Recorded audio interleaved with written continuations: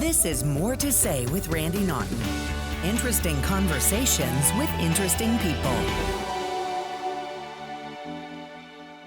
Thank you for joining us for another edition of More to Say with Randy Naughton. It's my podcast, and we have interesting conversations with interesting people. And we are also sponsored by the Lemp Mansion in St. Louis. It is called one of the most haunted places in all of North America.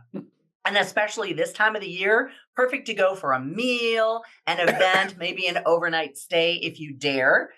Don't forget to follow me all over social media, subscribe, like, share, whatever you want to do. We really would appreciate it. All my social media handles are on the bottom of the screen. Now, right now, we talk about interesting conversations with interesting people.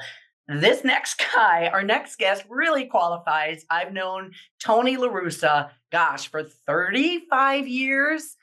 Going back to my days as a sports reporter in St. Louis, covering the St. Louis Cardinals. And again, we both share a deep love for animals and rescues and things like that. And Tony Russa, Hall of Famer, Major League Baseball, he joins us now. Tony, you look great. How are you?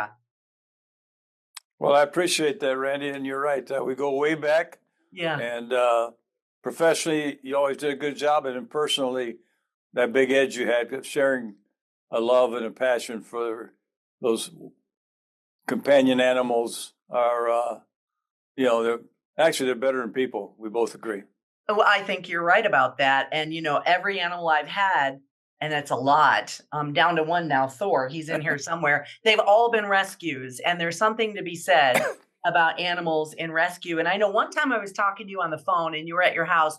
And you said, and I'm going to quote you, I said, "What are you doing right now?" And you said, "I'm cleaning up dog shit in my backyard." Do you still do that? How many dogs do you have? Let's see, we're down to, you got to separate now because for a long time you knew our family when Bianca and Devin were in the house, not married. At that time, we were probably our high at one time was 12. Now they have their 3 or 4, and Elaine and I have 2. But cats rule, we've had a bunch of cats.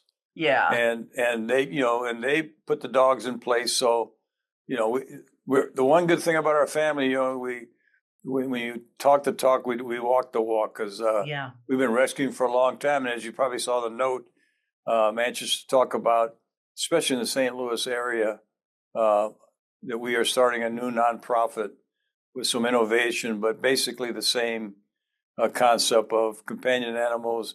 Let's find a way to rescue them and then utilize their amazing ability to rescue people.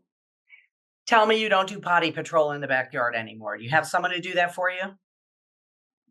Yeah, no, I still do that. I'll tell you a quick story because I know we're taking some time. So spring training with the Cardinals, for example. Now, before with the White Sox and the A's, the family would always be with me. But in St. Louis, it's Jupiter and we live in California. So right. I was there without the pets. So the players, especially in the early part of spring training, we start out to stretch. They would bring their dogs to give me my pet fix. And everybody used to love it. I let them run center field while the guys were stretching. And I had the bag. And, sooner or later, there might be 5 or 6 dogs there, and they'd be pooping, and I would reach up, and I bagged every one of those. Guys would get a big kick out of it, and I said, well, I can't leave them here because we're going to practice sooner or later.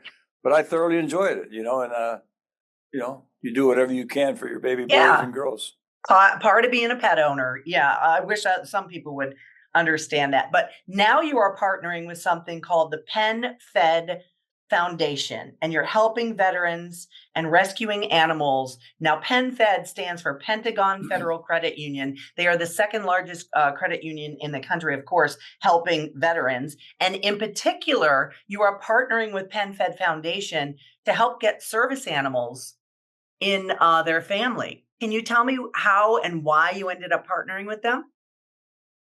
Well, we had a problem with the first 30 years of the organization. And, to do the work right, you have to have, some strength in numbers. And I had met Andrea and James from PenFed and the PenFed Foundation several years ago. So it was a natural connection because, you know, we always had the realization that when we did the rescuing of the animals, that they had the unconditional love means that they could rescue people. And one of the prime examples are veterans. They come back from preserving our freedom to some place in the Middle East or the other place in Europe or wherever it was, and they come back with some issues, and there's a lot of programs they try to get them right.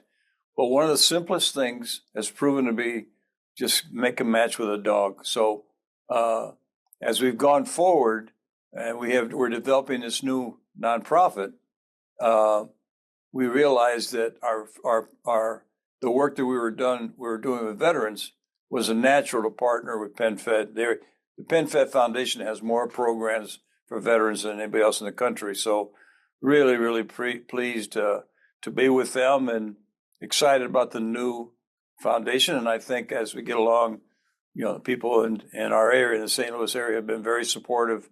Yeah. And I'm hoping, and once we get the word out, that they'll join us, because we think of rescues and the people that help as champions. So whoever helps us is a champion.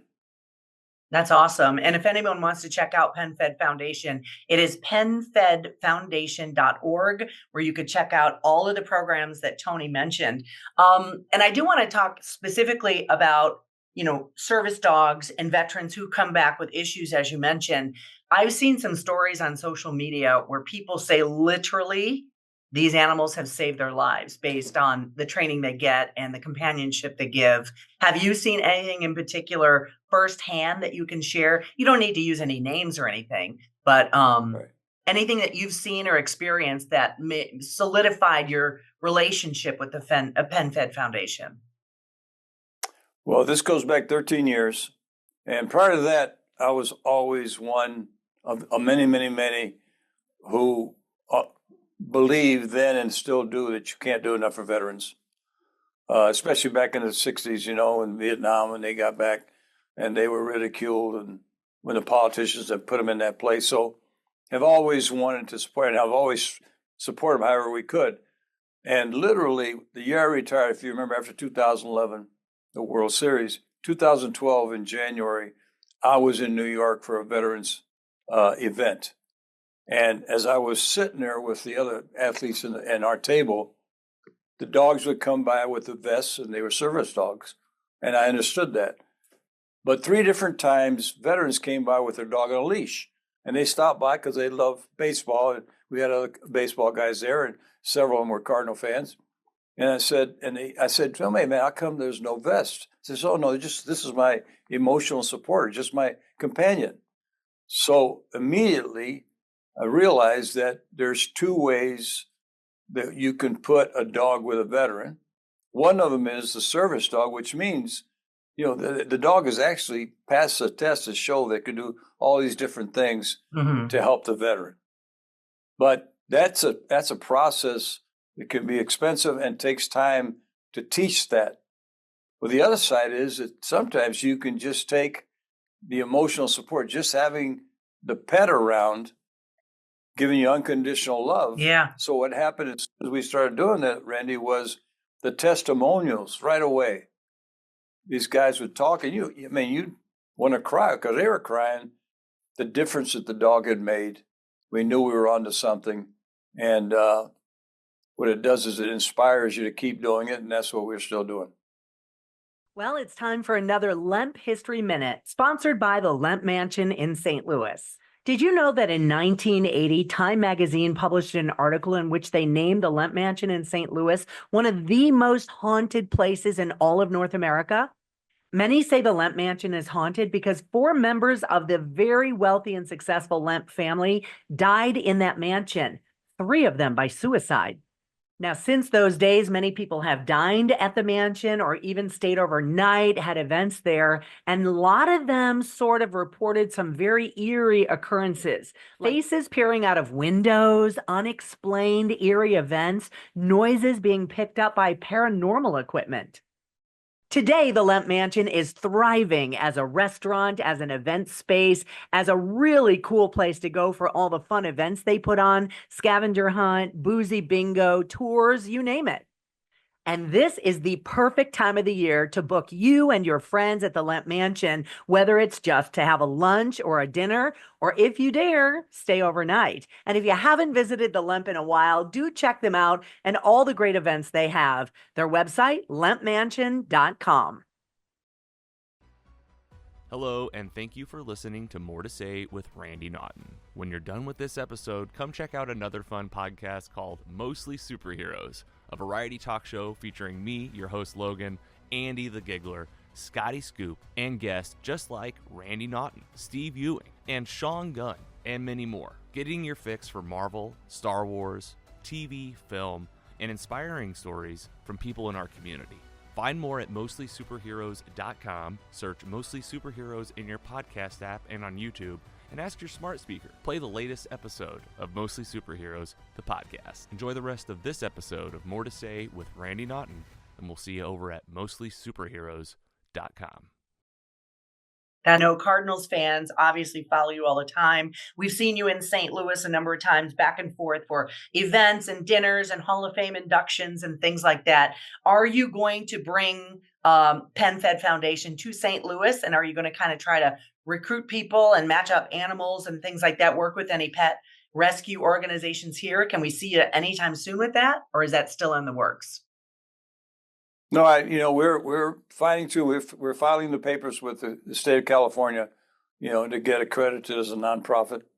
But the plan for this version of the nonprofit's got some innovative ideas that would be helping rescuers around the country unite, and we're very excited about putting that together and getting the word out. So obviously, when the word gets out in St. Louis, every time I come back, it feels like going home. It's such a great experience. And, we had some success. I always thought we should have won more.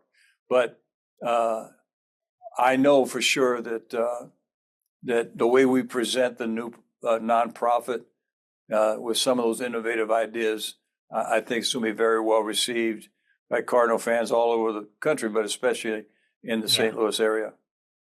Well, I hope you, and I wish you would, promise me that when you do kind of get things rolling in St. Louis, you call me, you give me a buzz, and I would love to be a part of it and help out and get the word out and do whatever I can to help this, what seems like an amazing, amazing organization, because like you said, we can never do enough to help veterans first, and of course, animals. As far as rescuing animals, I think you might get a kick out of this. My retirement gift to myself was a trip to Finland with my sister. And while I was in Finland, in the middle of the night, in a glass igloo, looking at the Northern Lights, my daughter called me from a horse auction and said, "Mom, there's a mini horse with one eye and he's in bad shape and he's getting beat up." And I said, "Buy him." So, Tony, I rescued a one-eyed mini horse, got him surgery. He's healthy and fat and sweet. And his name is Uno because of the one eye. So I thought you'd get a kick out of that. Yeah, he's a cute little boy. When you tell me that story and you tell me, hey, when the new foundation gets to work, that you're ready to support it, I know for a fact, because all the years we were together, there were many, many times if we were doing something involving the rescue work, you were the first one to say, "Hey, come on the show and we'll get the word out." So I know how sincere you are, and it's never taken for granted. Very much appreciated. Oh, always a pleasure, Tony. Now, have you received word from any veterans now about what your newest endeavors are with this particular part of it? Have you heard from them, and what have they said to you? Well, I'm going to start by telling you that there's a couple, Tom and Jen Satterley, that I don't know if you've met them or not. I know that name. Yeah. Now, Tom is one of the most decorated Delta Force operators of all time. Literally a Silver Star and 4 Bronze Stars. He was there at Black Hawk Down. He was there when Hussein was captured. We've become very good friends. Like, for example, in December, when we come in for Albert's Evening Divine, Tom and Jen are there, and I'm there, and we've remained friends. So they've been involved now for like 4 years with the efforts. So we stay together with the veterans.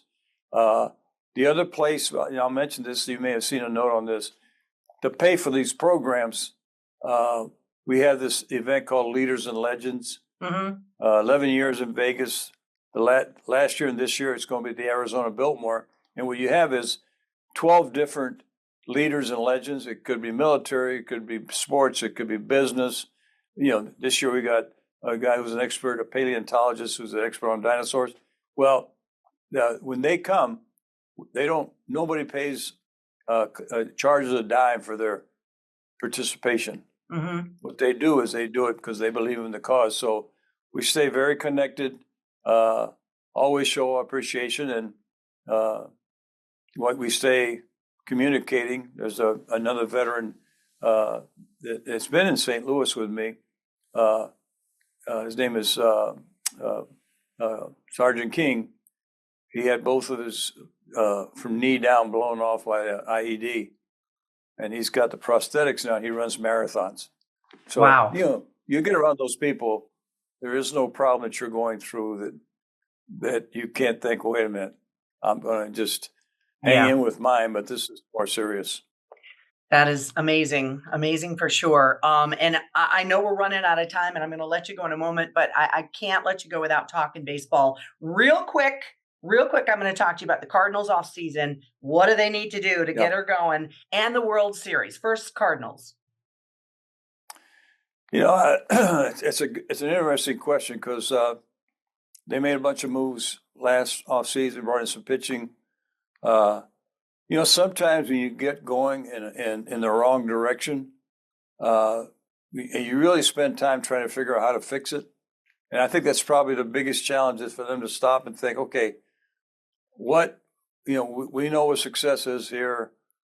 Why is there not? You just can't snap your fingers. Right. I think you just have to really learn. Hey, what am I going to talk about? I'm an advisor with the White Sox. We just set a record for losses. So what you do is you learn what's not right. And you should have people that are qualified to figure that out, and then you figure out a plan to get better. And I think that's the challenge for them. Look at how they can improve the roster, but when it comes down to spring training, get back to your basics. Pitchers throw tough strikes, defense play defense, hitters take good at bats. And that division's gotten a little tougher. So yeah, it can all be fixed. The history's got a great history, and I'm certain that they're going to be good again. Oh, that's great. I'll make sure that Cardinals fans hear that because, as you know, they are an impatient lot. Now, the World Series, this episode will likely be released after the World Series is played. It's the Dodgers, West Coast, New York, East Coast, and I know MLB's loving that because of these two major markets. True confessions, Tony, I love the Cardinals, but I'm a native New Yorker, grew up as a Yankees fan. I'm going Yankees. Who are you picking? All right, I'll start with this, Randy. Baseball is real happy because not just this matchup, which is a classic for what we know and I'll explain, but it's been a great postseason. A lot of really exciting games. There've been a couple of big scores, but mostly back and forth. So they're coming off a lot of momentum, and you have the two teams that probably in February you say, hey, on paper they're the most stacked, and here they are playing each other. Yep. Very much similar. They got star position players. The complementary players get on base and do what they're supposed to do. I think the big key is, can you figure who's got the pitching edge? Is it the Yankees? Is it the Dodgers? Whether it's being the starting rotation or in the bullpen. Which is good. We'll check it out together when it's all over. I think not by a lot. The Yankees have a pitching edge in both the starters and the relievers. That's an edge. But baseball being what it is, if you have a star come above, or all of a sudden those Mets and Ohtani and I hope Freeman plays, they could win the game. So it's really tight. I wouldn't want to bet a dime because I don't think you can predict it. But I would give the edge to the Yankees. All right. Pitching, and I think that's the edge that should win it. All right. I'm going to wear my Yankees hat in that honor. Well, Tony, we are out of time. I know you've got to run. We will be looking for more information with your collaboration with the Penn Fed Foundation. And for those who want to look it up, it's pennfedfoundation.org. And of course, on all of my social media, I'll keep you posted as well. I wish you good health. You look amazing. I'm so happy you're doing well. And we'll make sure that when you do come to town, we'll get the word out to everyone watching, okay? Okay, let me finish with this one, Randy, because I remember how many times you told me, man, you're managing, the gamblers get to you. So you were always very honest with me. So I'm sure if I guess wrong and the Dodgers win, later on when this thing gets, we're going to have a conversation where you're going to say, man, you had some pluses and you had some minuses, and here's a minus. So I hope I'm all right. In any case, I'll look forward to talking to you. All right, Tony, thank you so much for your time. And that's going to do it for another edition of More to Say with Randy Naughton. Thanks for joining us. Our thanks to our sponsor, the Lemp Mansion in St. Louis, and our producer, Logan Janis. Be sure to follow me on all the social media. You see it across the bottom of the screen. Like, subscribe, all that good stuff as well. We appreciate you joining us. Until next time. This has been More to Say with Randy Naughton. Interesting conversations with interesting people. Be sure to like or subscribe wherever you get your podcasts.